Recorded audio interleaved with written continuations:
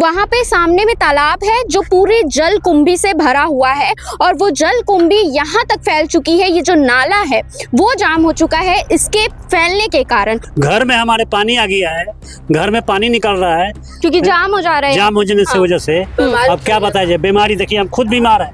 उसके बाद क्या होता है कि जलकुंभी से सांप आता है, मच्छर उच्छर बहुत होता है और बहुत बदबू मारता है और उसको सड़ने तक छोड़ देते हैं, यहाँ तक उठाते भी नहीं है उसको।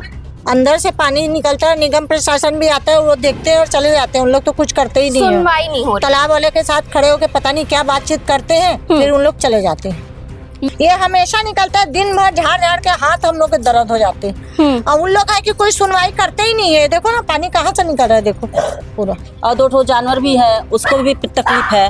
और कल इतना बोले तो वो क्या है, तालाब वाला जो है ना वो डायरेक्ट यहाँ जाली लगा के और खुलवा दिया। भोला साहू सुनते ही नहीं है, वो भी कुछ आके देखते भी नहीं है। नहीं बुलाएंगे फोन करके तो आए।